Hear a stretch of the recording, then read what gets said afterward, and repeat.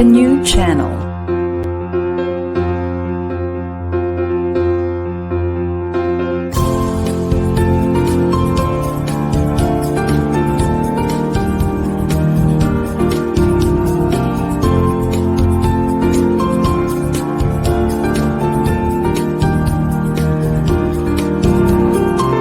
The new channel.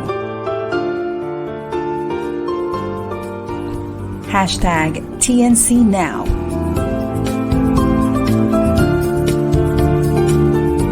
The views, opinions, and insights expressed in the following shows are those of the host, producers, guests, and viewers. They do not necessarily reflect the position of the channel. Viewer discretion is advised. Hello and welcome to the new channel. Our passion transforms a community that sees and shares all things new. This is Leigh and Cadiente from Antipolo. You are watching in real life on PNC.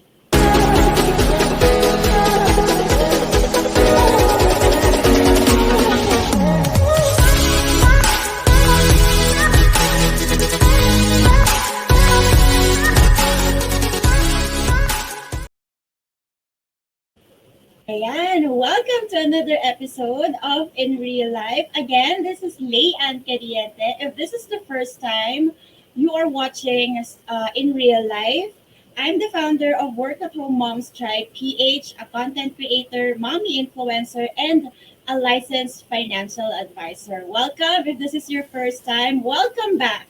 If you are watching another episode, and I'm super excited to introduce our guest this afternoon because she is one of the people that I really look up when it comes to the freelancing industry.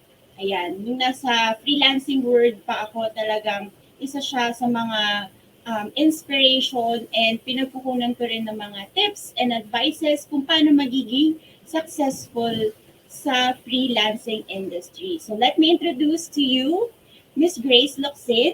She is a transformational leader on a mission for social empowerment through freelancing. She's also the owner and CEO of Surge Marketplace.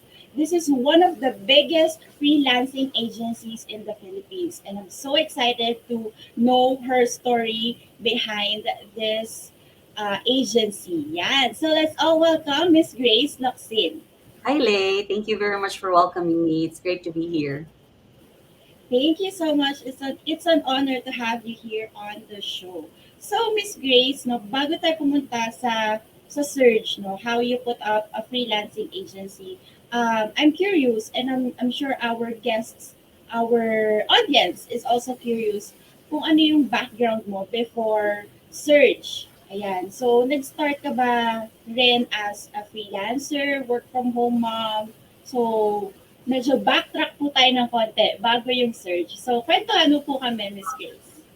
Yeah, sure. I'm a teacher by profession. So before I started freelancing, I was on the route to becoming a teacher na the ladder of education world. So I was actually in my master's. I think I finished my master's and I was doing my doctorate in education. However, my background has always been helping people, especially those that are poor. Back in 1997, I think, Leigh, I started a school in the dump site here in Davao City kasi a lot of the families there cannot really go to school. So we brought the school to their village, around 50 families at least. So yun yung background ko.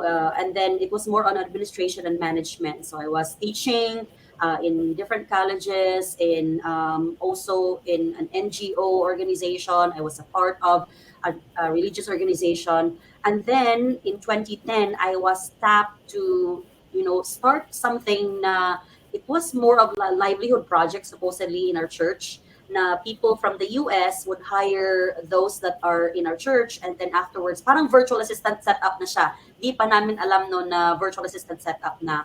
So I was basically, before I consider myself just focusing on motherhood and, more helping different industries as administrator, as a manager. However, I always had the heart to help people. And yun nga, in 2010, I was tapped to start.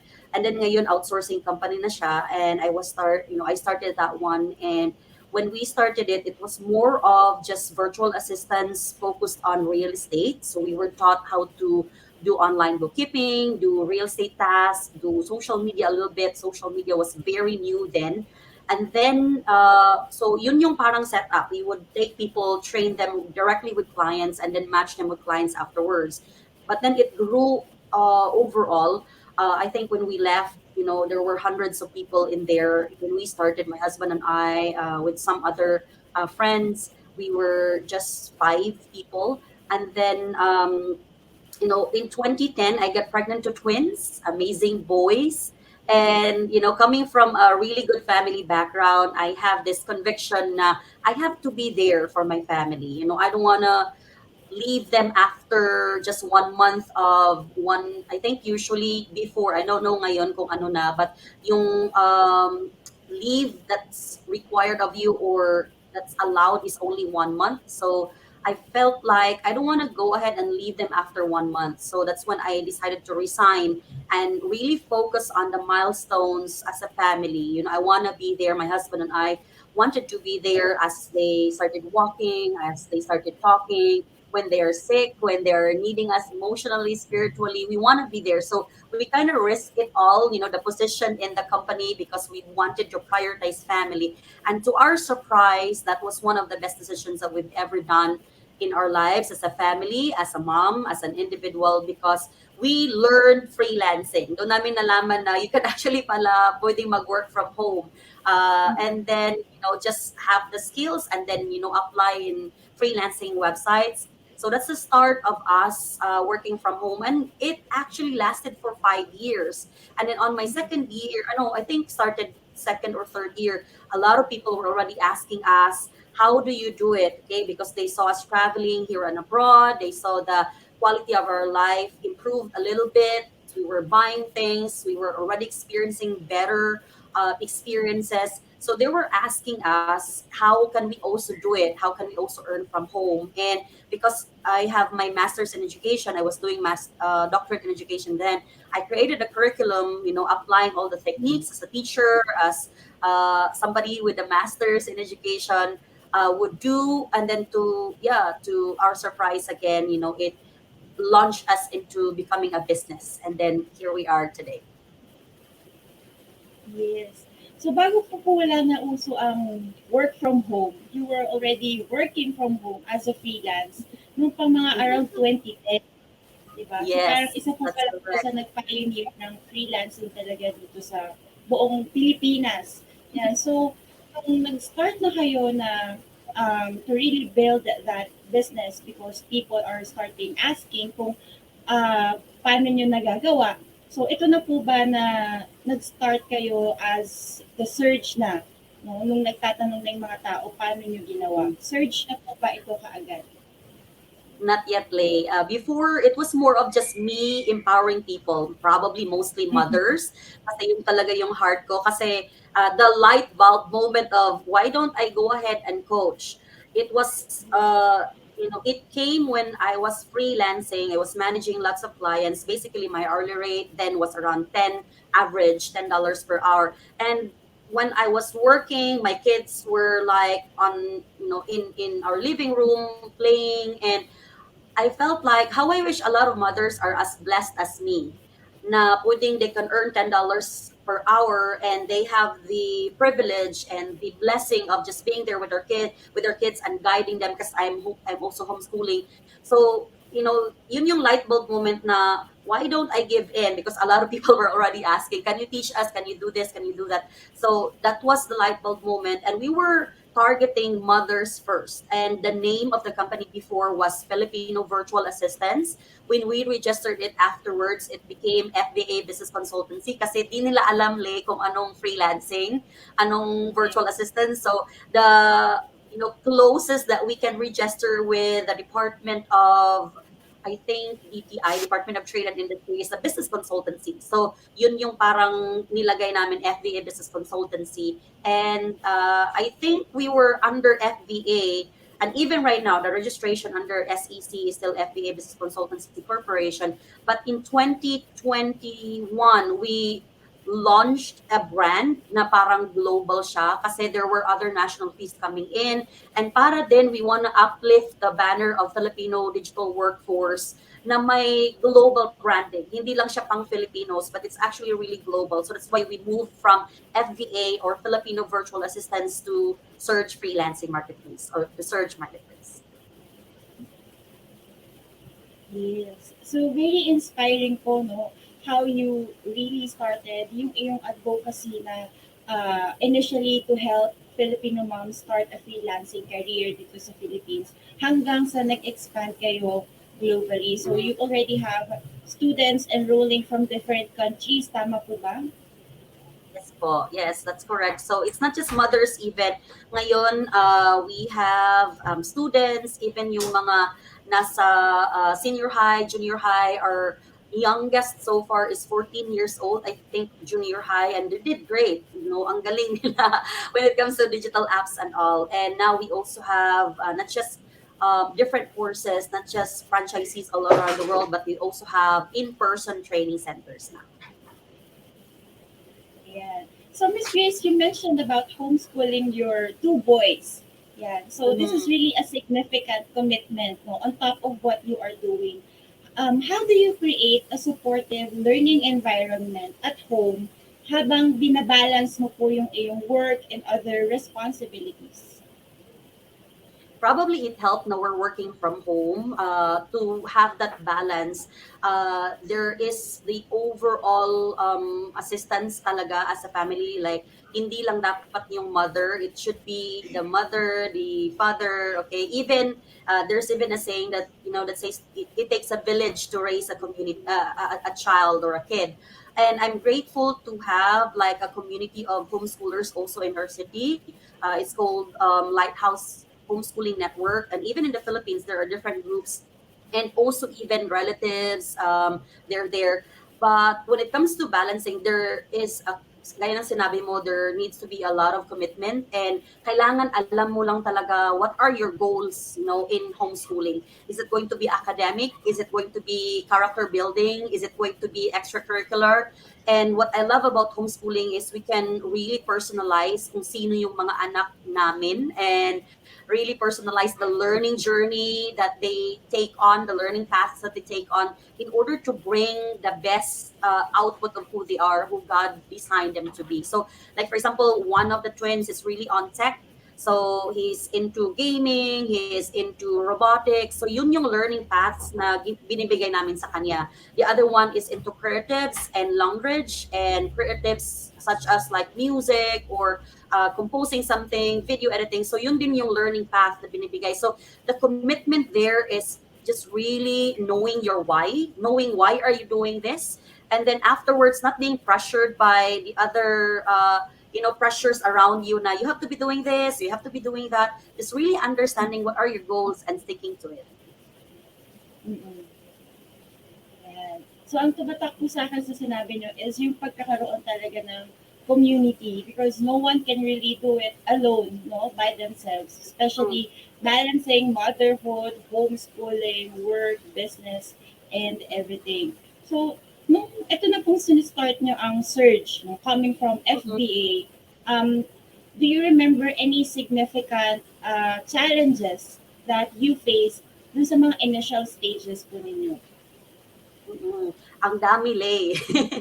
Because I felt like I'm probably one of the most committed when it comes to really standardizing the quality of digital workforce. So I felt like I'm building a nation from scratch, you know, digital and online. And you are building policies and laws, and you have to communicate. So number one probably is, you know, brand awareness. You know, a lot of people in the Philippines don't know what freelancing is, or how does virtual assistants work, or how work from home works. And then there's also the brand equity part, okay, the brand trust part. Will it really work? Okay, will there be stability in freelancing? Is it something that we can put our lives into? Ngayon na, medyo okay na kasi ang daming mga posts about, you know, 6 digits and how they're experiencing freedom and flexibility through freelancing. But in the process of really building Surge, number one that we were challenged is how can we communicate, what freelancing is to the rest of the world? How can we communicate it to the clients? How can we communicate it to like those the interested but they don't know how they're doing? And at the same time, how can we keep quality in all of it? How can we go ahead and have the clients trust the outputs of virtual assistants in the Philippines kasi they see the quality of the training. And then afterwards, the policies na, the legalities, yun yung mga challenges that we really experienced when we were building the foundations of Surge Marketplace. Mm-mm. So, hindi rin po pala siya ganun kadali, no? Na kung iisipin, work from home, nasa bahay ka lang, paupo-upo, pa-computer, di ba?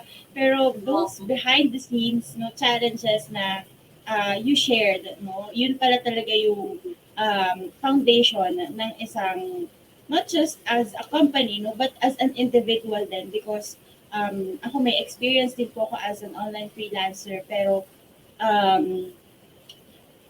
yun nga yung common misconception na akala nila madali lang. Pero yung when it comes to registering the business part, no, as a freelancer para mag-evolve ka, mag-scale ka ng iyong freelancing career, kailangan din pala registered business, kailangan din meron ka ng process when it comes to communicating with clients, yan. So, and yun yung na-share po ninyo, no, through Surge, yan. And yung pong mga training materials, training courses na ginawa nyo for Surge, kayo lang po ba ang gumawa nun or was there someone or a group of people that you hired? So we're talking about delegation part na po, Miss Grace, in running the business. Like kayo po bang mag-asawa lang ang nag-build talaga from scratch or meron na kayong mga people that you onboarded with you? Yes, we have people na Leigh. That's one of the learning, probably one of the learning things that I did, I experienced kasi you can't do it alone. And if you want to do it properly, you have to delegate and you have to involve other experts in the process. It's not just about you or your mission. You have to bring in the right people. And it took a lot of learning opportunities for us. May mga tao na hindi bagay, may mga tao na hindi committed. And to answer your question, yes, we really hired people. When it comes to operations, we hired people from reception to acquisition to training. We hired trainers as well. And the courses, at first it started with us, with my husband and I creating it. Kasi yun yung ginagawa namin for years and we just ventured and created curriculums out of it. But then when we started also offering other courses like data analytics, like mga e-commerce, mga online bookkeeping, we had to hire experts kasi hindi namin yung expertise. So these people, ang requirement naman sa kanila is at least they are an expert of that field for at least 2 years. So yun yung requirement. And from that, we were able to keep the quality. So of course we would bring in experts, but then the quality or the branding should be there and the mission and the heart behind why we're doing should be kept all throughout the process. So we also built a team, around us. We have an online team, we have an in-person team, medyo hybrid yung team namin ngayon. And we're so blessed to be able to come to a place now of having the perfect team that are committed, that are skilled, at the same time also, having the heart, to really serve people. Because we call this a mission, Leigh. It's not just a business. It's not just like a passion coming from one person who wants to help, but this is a mission. We will be able to empower a lot of people through freelancing. We would be able to help the economic situation of the Philippines by bringing, economic capacity in the household level. So those are some of our whys as a brand ngayon. And it takes a lot of people. But the beauty of it is we make the whole business cycle more virtuous. So yung mga outputs namin, yung mga graduates namin, sila yung in-hire namin to be a part of the team. So after the train, they usually also are matched to certain clients, but at the same time, we provide opportunities from them, and one of it is in-house hiring. Yes, and that's really a very noble mission, no, Miss Grace, that started as your passion, teaching and sharing na related din talaga sa iyong profession. So coming all together, you were able to build that mission and share it with others na kasi it started with you and your husband, pero now um, being with a team, no, coming up with a really solid team na talagang ma-embody rin nila yung iyong mission na you will be, kumbaga, seen as one, no? Kahit na marami na kayo sa team, pero as one pa rin ang inyong mission. So that's very noble po, Miss Grace.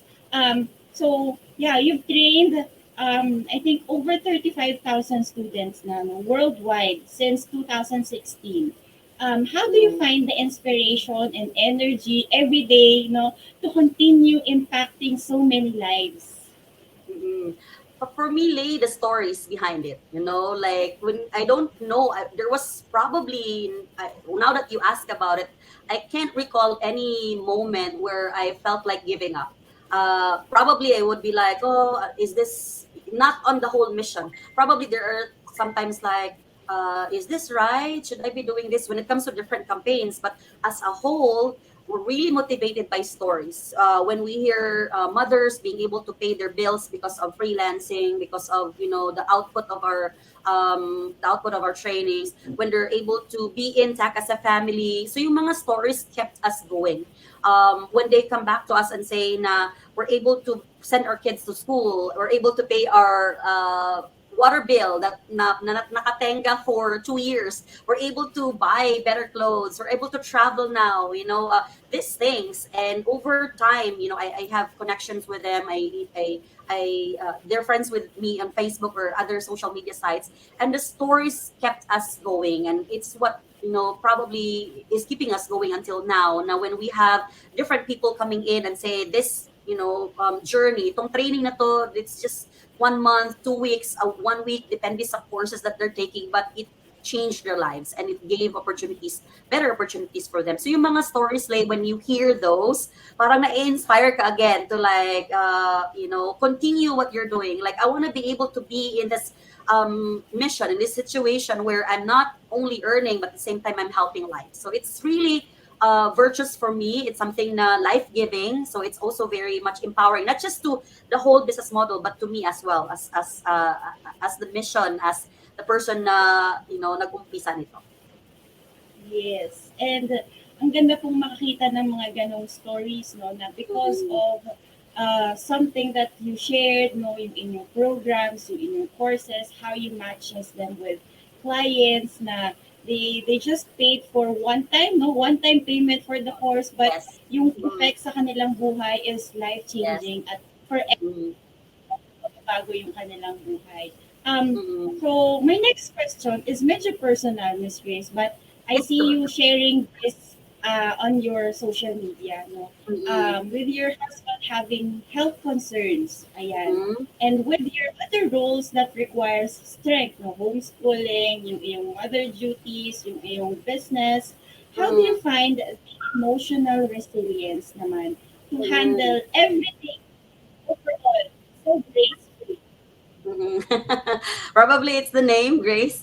Yeah, but to answer that, Lay, I think it's my faith. It's my faith in the Lord. I'm a Christian, and every day I really pray. It's not just like a religion for me. I really have a personal relationship with Jesus, and I think even with the turmoils na go through namin this past 7 years, it's not even we don't even see it as a challenge anymore. It's actually a part of our journey that empowered us more to be a better person, to see things better, to see things in humility, to see things in a better perspective. Before we got sick, if this is just a side story, if there are people now like, oh, this happened to us, can you pray for us? It would just be easy to say, okay, praying or something like that without the emotion or without actually praying for that person. Pero sa amin ngayon who really went through difficulties, ups and downs financially, ups and downs when it comes to sabi mo nga, courage and resilience being developed, we recognize how people are feeling when they are so down. We recognize because we've experienced it. When all hope is lost, when you don't have anybody or anything, or you can turn to anything or to anybody, and all you have is your faith. So we've been there. We've been to the very bottom of the bottoms of like kung ano man yung pinaka-bottom na ng discouragements, we've been there. But it's good. It's a good experience. And we're very grateful to be in that season, in this season of just unwavering faith. Na it's not discouraging us. It's actually benefiting us to see the Lord move more, not just individually, but as a family. How can we bring and even teach our kids to be more resilient out of it? So the strength, I don't think it's me. Kung ako lang siguro, Leigh, wala na. I would have given up, a long time ago because it's really difficult. We can really relate to people that are sick, not just sick for, like a month or two, but if you're fighting sickness for years, it's difficult. But it helps us, being grounded with the Lord. It helps us to be more grounded also to humility, to understand people better, to be there, for people, to really feel, pain. So if we see people na medyo, they need assistance or they really need help, they really need courage or they need inspiration, we can relate. We know how to appeal to them. We know how to talk to them because we've been there. So I think the whole journey is not just a story of resilience or gaining strength, but really benefiting us. So we're really grateful. We're grateful to be given the opportunity to grow in faith. Mm-mm. And I love how you said na yung mga challenges na ganito, no? The bottom of kung ano mang mga challenges na yun, really part of the journey, part of the process. Yan. So, Mm, kumbaga, hindi natin siya pala dapat dinidisregard or discourage, no, sa kung anumang mission or path na gusto natin gawin. But to really embrace it and to acknowledge na it's part of what you are really doing and it's shaping you to becoming better and um, really strengthening your faith to the Lord. Yan. So thank you so true. much. I love what you said about it. And through your journey, no, na na-share mo sa amin this afternoon, Miss Grace, Mm, you've demonstrated the power of determination and love to your family, to the business, to your mission as a mother, as a wife. What message do you hope to share with others who aspire to also juggle their passions, their family, and caregiving, just like what you do? mm. We have one life. Make it count. Yun siguro. For me, at the end of it all, I want to be remembered as somebody who made an impact to lives, who were able, as somebody who was inspiring, who was able to influence, inspiration, courage as a woman, as a person. Because at the end of it all, it's not going to be about, fame or fortune. It's not going to be about names or titles. It's about impact. So for me, no matter what you're going through in life, don't quit. Okay, always learn. Always give yourself to continuous improvement. Always embrace learning, no matter what capacity.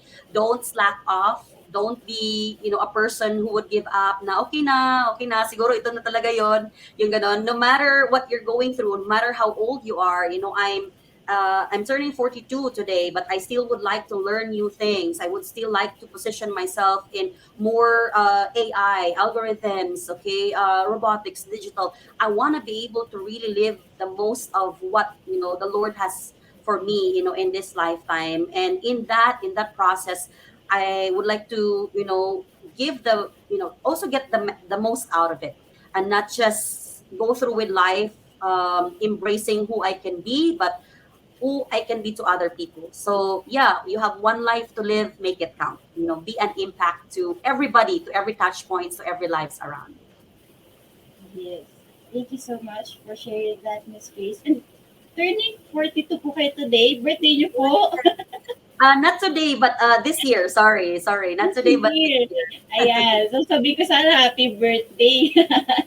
So, thank you so much po for sharing your story of inspiration, resilience, and faith. One last question before we end this race. Is there anything that you want to promote? Yes, sure. I would like to encourage and invite everybody to check out Surge Freelancing Marketplace if you want to become a virtual assistant. If you're struggling financially, freedom, flexibility, we want to be able to help you and we will be committed to your freelancing success. So check us out, we are at Surge Freelancing Marketplace, or in different social media, we are at Surge Marketplace. Yeah. Do you also provide free training? Yes, we do. We provide free training. They can just check out our Facebook and then events. We do that twice at least a month. So if they want free training certification, that's a part of our corporate social responsibility. We want to be able to position you for more skills. So go ahead and connect with us. Check out our Facebook. It's Surge Freelancing Marketplace. Ayan. Thank you again so much, Miss Grace. No, I learned a lot no, when it comes to um, pag-handle ng motherhood and business and everything. So, I'm sure marami ding natutunan at na-inspire ang ating audience this afternoon. Thank you so much po, Miss Grace. Thank you very much, Leigh, and thank you, TNC, for having me. It's really an honor and a pleasure being here. Ayan. And that wraps another heartwarming episode of In Real Life. Grabe no, it's really a privilege to step into the lives of incredible individuals kagaya na Miss Grace Locsin, who prove that yung mga ganitong real life stories are often the most inspiring. So I hope you can join us again next time as we continue to celebrate remarkable journeys of everyday heroes because in their stories, no, yung kanilang mga sinishare na behind the scenes na kanilang success, we always find a reflection of our shared resilience and the boundless capacity to really shape our lives. So until then, remember that everyday life is a story worth sharing and celebrating. This is In Real Life on TNC.